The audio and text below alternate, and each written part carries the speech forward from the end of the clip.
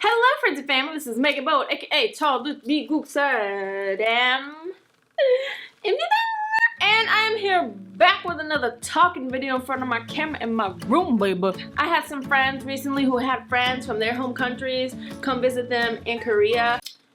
And I heard a couple stories of just their Western friends complaining or assuming things about Korean people and having a hard time. So I thought I would make a video and share with you a couple of things that a lot of foreign people, especially Westerners, might misunderstand about Korea. So that way when you come, you can be prepared for what you're going to see and you can have your mind right.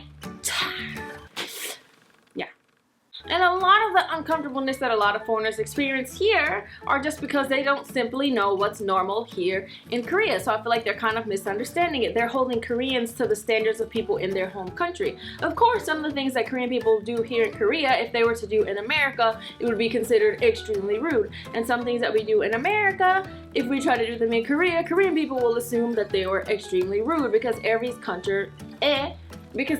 country and culture has things that are rude that they think, but then when you go to somebody else's country and culture, you cannot compare them to your own culture. So the first tip I'll give you is do not compare another culture to your own culture, and do not hold them to the same standards you hold people in your home country. Because just because someone is doing something that's rude in your home country, if it's not rude in Korea, then these people are not being rude. So especially if you get angry at them and lash out at them, like, one, it just makes us foreign people look bad because they're like, what? I'm just being a normal Korean in Korea. Why are you getting upset? So it will help with that. So the first thing, wow, there's a cat hair in my eyeball. Oh God, I'll be right back. You see them like floating around in the air? God, they always like get right in my eyeballs. So the first one, as I mentioned, is that a lot of foreign people will think that Korean people are rude, and that is simply because they do not hold the door for you. So just know, if you come here, nobody's gonna hold the door for you. I think I mentioned before in a video a long time ago when I first came, I just assumed the person's gonna hold the door, because in America, if you're close to someone and they're before you, they're always gonna hold the door, right? Unless you're too far away. So I was just walking, this person's gonna hold the door, and then boom, smash me in my dang old face. So they are not going to hold the door. It's just not something that they do in their culture. I don't know why. They just don't, unless you've got like a bunch of stuff with you and you're carrying like a baby in like a suitcase in one arm. Then somebody's like, wow, this person's carrying a lot. Let me open the door. If it's not that case, people probably are not going to open the door for you. And just so you know, if you open the door for them, they're probably not going to say thank you for holding it for them. And they might even look at you kind of with a confused look like, wow, why is this person holding the door? And if you hold the door, people will just continue to come out. Isn't that fun? So when I first came here, I was stuck holding the door and like 6 people went out, and then eventually the person next, I just closed the door like in their face and just kept going because people just don't hold the door. There isn't a culture of that, and it's not considered rude here to not hold the door for the person behind you. So just know that. The next one that I hear a lot of people complaining about is that there is going to be pushing in Korea, especially if you're on the subway and it's packed and people are trying to get out. They don't want to miss their subway stop. They are going to push you to the side, hunty, and you are just going to be stuck up against the subway walls like this, like, what is happening? So if you gotta get off the subway and there's a lot of people, you take your hands like this and you push everybody out the way like Moses, and you just walk right on through, because that's what they're gonna do to you. And again, it's not considered rude here. I guess people just have the understanding that, you know what, we're all crowded and stuck in here. There's no point in me having to explain to you, hey, I'm sorry, can I get by? Because simply, there's not enough time. Who's that? You kind of understand that people are busy, so everybody just runs along their merry way. And on top of that, if somebody bumps into you, more than likely they're not going to say, excuse me, and that is because, again, there's a lot of people, especially if you're on the subway, like, it's gonna be really crowded. You're gonna bump into so many people every day, so it's just kind of this unwritten rule where you don't have to worry about saying excuse me, and people aren't gonna get mad. Like, if you bump into somebody, they're not gonna get angry at all. So if you bump into somebody, you don't have to worry about saying thank you. You can just kind of move about your day. Nobody's gonna get angry and yell and cuss at you if you accidentally, you know, push them or bump into them, because it's bound to happen. Because space is limited, I feel like the rules are just different. We understand that space is limited. We're gonna be all up on each other. You are going to bump into several people a day, especially if you're taking the subway. So it's like, do you want to be saying excuse me or thank you all day. No. So it's this understood thing. It's not considered rude here unless you bump into them in a big way. Like if they're standing there and you trip and fall and like grab them or something, then okay, then you say, I'm so sorry about that. But if it's just the regular like bumps and stuff, ain't nobody gonna say thank you, and they're not expecting you, thank you. Ain't nobody gonna say excuse me, and they're not expecting you to say excuse me either. And having said that, people will squeeze into tight spaces with you too. I heard a story of somebody being like at the supermarket and there was like a small counter, whatever that thing is that they put stuff on, display case, I don't know, a shelf with some stuff on it, and people were trying to look at it and there wasn't enough space. But in Korea, personal space is much smaller. So if this is the rack here and there's people lined up here and there's this little tiny space between two people, they're gonna probably push up to try and get something off of that rack between you, because there's not really a big sense of personal space, like kind of how we have in America, where it's like if this is somebody, you stay at least a few feet away. You're always gonna be hand in hand, shoulder in shoulder, butt to butt, butt to arm, butt to shoulder with other people, because that's just how it is. They will not say excuse me, they're not gonna wait for you to leave, they're gonna push their way through because that's what's normal here. So prepare your minds if you're trying to come visit Korea. Okay, so another way, a big one that I've heard a lot of people complain about, and I know that these days, especially in America, the topic of weight and, fat shaming and skinny shaming is like this big issue in media, so I know it's going to be a sensitive topic, but a common thing that will happen, because a lot of stores in Korea are one-size stores, so everything will fit like between a small and probably US medium, maybe, it depends. In my experience, when you go into those one-size-fits-all stores, usually the biggest size you can get is maybe a US size 6.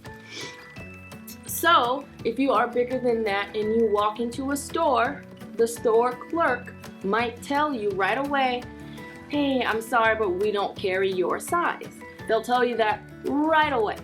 And a lot of people I know I've heard of have gotten really offended and really angry at that. So what are you saying? I'm too big? Okay, listen to me.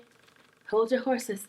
But here, the mentality is a bit different. I realized how in America, we really avoid saying things that might offend people, even if it's the truth. Even sometimes, like if somebody has like, some broccoli in their teeth, like some people might not tell them that broccoli's in their teeth because they might get a little bit angry or upset. That culture is not here. If you have broccoli in your teeth, they're gonna be like, yo, you got broccoli in your teeth, you got snot on your face, lips, whatever, lipstick on your teeth, your hair is out of whack, your collar is down. Even people you don't know will come up to you on the street and fix your collar, especially the old women. Or if your skirt is not tucked in the right way, an old woman will just come up to you and fix your skirt. So they're very, very different about those things. And so to them, in their mindset, if you go into their store and they can see that you're bigger than the biggest size that they have, they tell you right away, because in their mind, they're saving you time, right?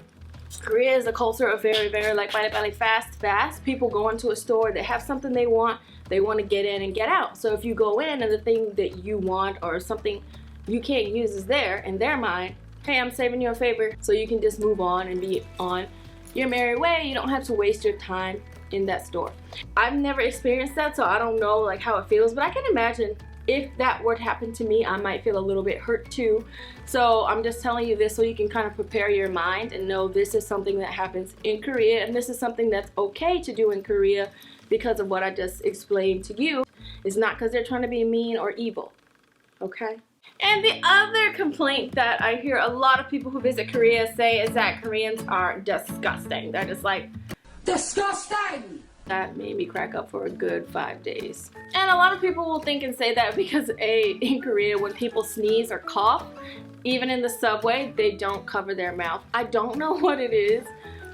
That is the one thing that I'm always like running from people left and right, and that's why it's important for you, especially if you easily catch other people's colds during like cold season, to just wear a mask, because if people are sneezing and coughing and not covering their hands, honey, I'm trying to be protected. I'm gonna have some airborne and I'm gonna have my vitamin C. I don't know why they just cough and sneeze and they don't cover their mouths. I don't know why. I don't think I could ever get used to that, but it happens. They don't seem to be that big of germaphobes. And even in the sense of sharing food. This is another reason why some people think, oh, gross. In Korea, you just share food with everybody. So people you just met, there's a big thing out in the middle and everyone can just kind of dip their spoons in. And especially when you're eating certain things like desserts, it's kind of like everyone just dips their own spoon in to get the desserts. In some places it is changing though, where everybody takes it out of the middle and puts it in their little dish, which we call an apchopshi. They put it in their apchopshi and eat it separately. And along the lines of eating, when they eat, some of them will eat with their mouth open. And we're taught from a young age, especially in America, don't chew with your mouth open. Like your grandma yells at you, don't chew with your mouth open. Don't put your elbows on the table. They're gonna do that too, by the way. But in Korea, people chew with their mouth open. They'll talk to you. They'll have like a mouthful of food. Like, and they'll be like, ooh, and they'll just talk to you and say something to you with a mouthful of food. And when they're eating, they make a lot of noise. So they'll be like, slurping everywhere. But in Korea, if somebody's eating and they're making a lot of noise, that's appetizing to other people. Other people are like, wow, this person's eating and making that much noise. It makes me want to eat it too. So that's why if you watch food commercials here in Korea, people are like they make a lot of noises when they really enjoy something, because it shows that they really enjoy it and it makes everyone around them want to eat and enjoy it too. It means the food's delicious. And the final thing that a lot of people who come here find gross is that people share a lot of food. Like the side dishes are in the middle of the table. Everyone has their chopsticks. They just dip in, dip in, dip in, dip in. Dippin' Dots. Everyone just uses their own chopsticks to get the side dishes. That's just something that's been a part of Korean culture forever. It comes with their community orientedness. They're all about the community. Everyone shares. There's public baths. Families live together. That's just a part of Korean culture. So I hope that this helped. So that is all the things that I have for you today. Just keep in mind when you go in another country, what's rude or what's disgusting or what's wrong or what's bad or offensive in your country is not all of those things in another country. And don't forget that things that you do might also be perceived as disgusting or gross or wrong or bad in someone else's country as well. So when you go somewhere, just try and keep your mindset that, hey, I'm going somewhere. I'm here. I have to learn their rules, what's right and what's wrong.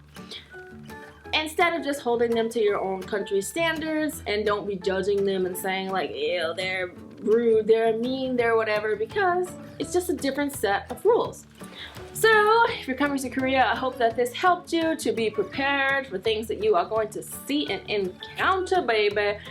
And if you like this video and like to see more videos, please subscribe to my YouTube page, it is down below. Don't forget to follow me on Instagram, Twitter, Snapchat, like me on Facebook. I will see ya.